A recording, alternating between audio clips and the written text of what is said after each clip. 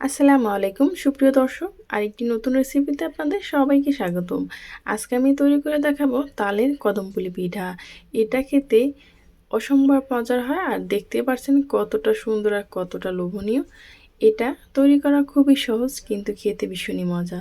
তো চলুন এটা কিভাবে খুব সহজেই তৈরি করে নিতে পারেন সেটা আপনাদের মাঝে শেয়ার করি। প্রথমে আমি একটি কড়াই বসিয়ে দিলাম, আর কড়াইতে দিয়ে দিলাম 1 কাপ পরিমাণ পানি, সাথে দিয়ে দিচ্ছি 1 কাপ পরিমাণ তালের রস। এখন তালের রস আর পানিটাকে ভালোভাবে একটু মিক্স করে নেব। যখন খুব সুন্দরভাবে মিক্স করা হয়ে যাবে, এই যে এরকম পানি আর তালটা খুব সুন্দরভাবে, তখন এর ভিতরে দিয়ে দিচ্ছি আমি স্বাদ মতো লবণ, 1 কাপ পরিমাণ চিনি। যেহেতু তালের রস একটু মিষ্টিটা থাকে, সেজন্য আমি এখানে 1 কাপ পরিমাণ দিয়ে দিলাম, আর সাথে দিয়ে দিলাম 1.5 কাপ পরিমাণ চালের গুঁড়া। এখন এটাকে ভালোভাবে খুব সুন্দরভাবে মিক্স করে নিচ্ছি, যাতে করে চালের গুঁড়াটা খুব সুন্দরভাবে সেদ্ধ হয়ে যায়। অবশ্যই কিন্তু চালের গুঁড়াটাকে খুব ভালোভাবে সেদ্ধ করে নিতে হবে। ঢাকনা দিয়ে ঢেকে রেখে দিলাম 10 মিনিটের মতো। 10 মিনিট পর আবার একটু ভালোভাবে নেড়েচেড়ে মিশিয়ে নিচ্ছি।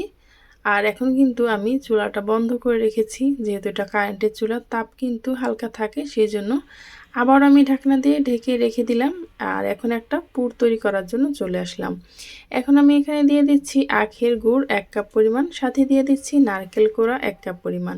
এটাকে ভালোভাবে মিক্স করে নিচ্ছি। তারপর এটা জাল করে একটা পুর তৈরি করে নেব। দেখতে পাচ্ছেন কতটা পানি ছেড়ে গেছে। এখন এটাকে আমি শুকিয়ে নেব। যতক্ষণ না পর্যন্ত শুকিয়ে যায় ততক্ষণ পর্যন্ত কিন্তু এভাবে নেড়েচেড়ে মিশিয়ে নেবেন। এখন যে চালের গুঁড়া তালের রসটা দিয়ে আমি একটা আটা সেদ্ধ করে নিয়েছিলাম, সেটা থেকে আমি কিছুটা নিয়ে এভাবে একটা সফট ডো তৈরি করে নিলাম হাতের সাহায্যে। আর এখন যে পুরটা আমি তৈরি করেছিলাম, সেই পুর আর চালের গুঁড়া আর তালের রস দিয়ে যেটা আমি ডো তৈরি করেছি, সেটা কিন্তু এখানে নিয়ে নিলাম। এই তো হাতের সাহায্যে একটা বলের মতো তৈরি করে নিয়েছি। তার মাঝখান দিয়ে এভাবে একটা বাটি তৈরি করে নিলাম, আর বাটির ভিতরে দিয়ে দিচ্ছি আমি যে পুরটা তৈরি করেছিলাম নারকেল আর গুড় দিয়ে, সেটা এরকম করে তারপরে এভাবে একটা গোল গোল বল শেপ করে নিচ্ছি। দেখতে পাচ্ছেন খুব সহজে কিন্তু এটা তৈরি করা যায়, আর যে কেউ কিন্তু এটা তৈরি করে নিতে পারবে। একটু খেয়াল রাখবেন যাতে করে কোনোভাবে এটা ফেটে না যায়। একটু সফটভাবে সব কিছু তৈরি করে নিতে হবে। ফাটা হলে কিন্তু এটা ভিতর থেকে পুরটা রসটা বেরিয়ে আসবে। এভাবে করে আমি কিন্তু সবগুলো বল তৈরি করে নিচ্ছি। এই পর্যায়ে এসে যারা এখনও লাইক দেননি, প্লিজ একটা লাইক দিয়ে ভিডিওটি কন্টিনিউ করবেন। এই তো আমার কিন্তু সবগুলো তৈরি করা হয়ে গেছে। এখন আমি একটি চালনিতে পোলাওর চাল ধুয়ে ছেঁকে রেখে দিয়েছিলাম এটা তৈরি করার জন্য। আপনাদের কাছে যদি বাসমতি চালটা থাকে সেটা দেবেন, তাহলে কিন্তু দেখতে অসম্ভব মজা হবে, আর এটা দিয়ে তৈরি করলে খেতে ভীষণ মজা হবে। আপনারা কিন্তু যে কোনো চাল দিয়েই করতে পারেন খুশি মতো। আমার কাছে মনে হয় এই পোলাও চালটা দিয়ে করলে এটার সুঘ্রাণটা সুন্দর আসে, সেই জন্য আমি এটা দিয়ে করলাম। আর বাসমতি চালটা দিয়ে করলে চালটা একটু লম্বা লম্বা থাকে, দেখতে বেশ ভালো লাগে। আমি এখন এভাবে করে চালের সাথে খুব সুন্দরভাবে মিক্স করে নিচ্ছি। এই তো দেখতেই পাচ্ছেন আমার কিন্তু চালের সাথে ভালোভাবে মিক্স করা হয়ে গেছে। এখন আমি এটাকে রাইস কুকারে ভাপে বসিয়ে দেব। আপনারা চাইলে চুলাও এটা একটা চালনিতে ভাপে বসিয়ে দিতে পারেন।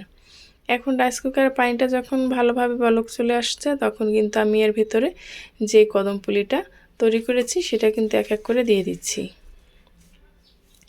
এখন আমি এটাকে ভাপ দিয়ে নেব যতক্ষণ না পর্যন্ত পোলাওর চালটা খুব সুন্দরভাবে সেদ্ধ হয়ে যায়, ততক্ষণ পর্যন্ত। এখন আমি ঢাকনা দিয়ে অপেক্ষা করব খুব সুন্দরভাবে যতক্ষণ না পর্যন্ত সেদ্ধ হয়ে যায় ততক্ষণ পর্যন্ত। এই তো আমার কিন্তু এই ভাপা পুলিটা খুব সুন্দরভাবে সেদ্ধ হয়ে গেছে। দেখতে পাচ্ছেন কতটা সুন্দরভাবে এটা সেদ্ধ হয়ে গেছে, আর দেখতে কতটা সুন্দর লাগছে। এই পিঠাটা ঠান্ডা ঠান্ডা কিন্তু অসম্ভব মজা হয় খেতে। এই পিঠাটা যত ঠান্ডা হবে এটার স্বাদ কিন্তু ততটাই বেড়ে যাবে। এখন আমি রাইস কুকার থেকে তুলে নিচ্ছি, আর দেখতে পাচ্ছেন কদম পুলিটা কতটা সুন্দর লাগছে। একদম কদম ফুলের মতনই কিন্তু দেখতে লাগছে, আর এটা খেতে ভীষণই মজা। চলুন আপনাদেরকে একটা ভেঙে দেখাই এটার ভিতরটা কতটা সুন্দর আর কতটা পারফেক্ট হয়েছে।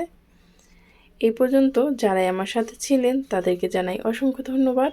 পরবর্তী ভিডিও নিয়ে আসা পর্যন্ত আশা করি সবাই ভালো থাকবেন, সুস্থ থাকবেন। আর এটা ভেতরটা কতটা লোভনীয় হয়েছে সেটা তো দেখেই বুঝতে পারছেন। আপনারা যদি বাসায় তৈরি করেন অবশ্যই কমেন্ট করতে ভুলবেন না আপনাদের কাছে কীরকম লেগেছে। আল্লাহ হাফেজ।